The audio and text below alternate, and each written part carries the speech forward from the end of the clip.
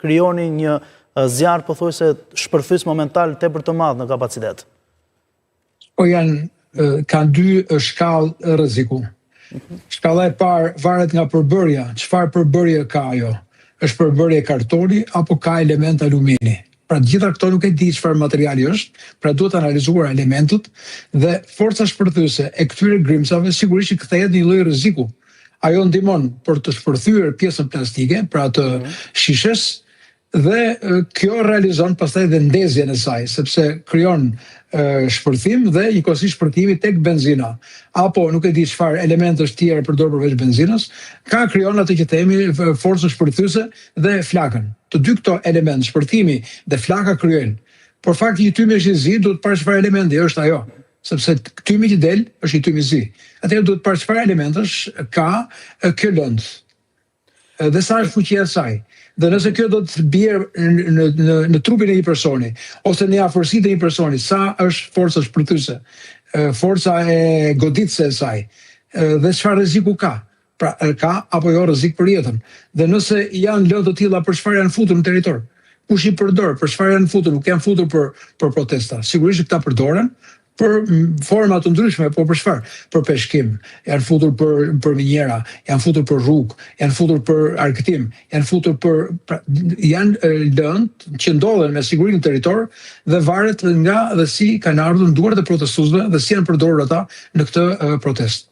Ndërkohë, për të shtuar informacionin, Fadion, në përfundim policia ka sekustruar rreth 22 molotov të pashpërthyer dhe 3 shishe me benzinë. Çka do thotë që sasia ka qenë e konsiderueshme përveç atyre që kanë shpërthyer dhe që krijuan të gjithë atë atmosferën thuajse në 2 destinacione të ndryshme?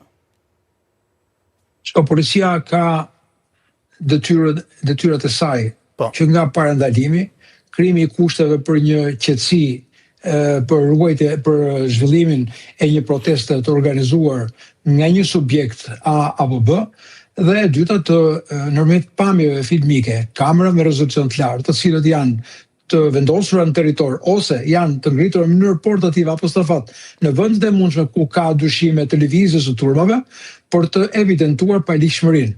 Dhe më pas bën analizën e pamjeve për të dokumentuar shkelësit e ligjit apo organizatorët apo ata që kanë përdorur element kundërligjor, dhe nëse ka element si shtat ju të dyshuar molotov apo lëndë të tjera djegëse, këto shërben edhe si një provë për të dokumentuar çfarë lloj lëndësh janë, sa të bëhet ekspertiza e tyre për të folur, për të pasur një relacion ose një shpjegim zyrtar për llojin e lëndëve dhe për shkallën e intensitetit të saj dhe rrezikut të saj. Sa është efekti, sa është rrezja dhe çfarë veprimi ka kjo nëse ajo përdoret në një ambient publik.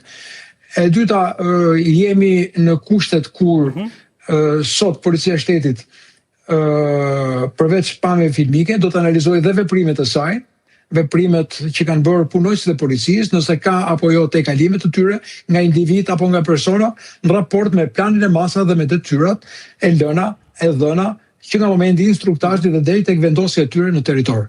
Të gjitha këto do të jenë kompleks një analizë dhe nëse ka raste të cilët përbëjnë vepër penale, sigurisht që i delegon, i përcjell prokurorisë dhe në raste të tjera nëse ka brenda forcave të saj shkelje të cilët janë shkelje disiplinore, tejkalim të detyrave operacionale, përdorimin nga forcë kalon në dhunë e tjerë, dhe këto janë raste shkeljesh të cilët sigurisht i takon të ndalojë dhe të marrë masat e saj, qoftë edhe për procedime, nëse edhe nga forcat e saj ka shkelje të ligjshmërisë.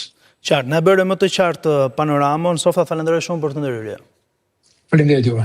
Mirë, ndërkohë do vjoj edhe një pyetje tjetër para se të shkojë në publicitet. Avokat, një pyetje që lidhet edhe me ligjshmërinë e tyre. Pra, nëse keni disi dhe të qartë, sepse informacioni lidhe me këto pika, është brenda, pra e parashikon ligji, po themi prodhimin e tyre brenda Shqipërisë dhe kujt konkretisht, apo janë ilegale dhe që edhe kjo kërkon një hetim në vete pastaj për të mësuar më tej në raport me këtë situatë? Unë parafolsin e dëgjova me shumë vëmendje, në mënyrë të specifikuar edhe, më qartë se ai nuk di ta shpjegoj, por di të them që këto mjetet që përdoren në tilla protesta të janë të dëmshme qoftë për protestuesit, qoftë për punojësit e policisë shtetit.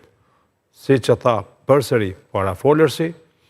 Kjo kërkon një analizë thellë, kërkon akte eksportimi për të përcaktuar sasinë e tyre, për të përcaktuar efektin, kush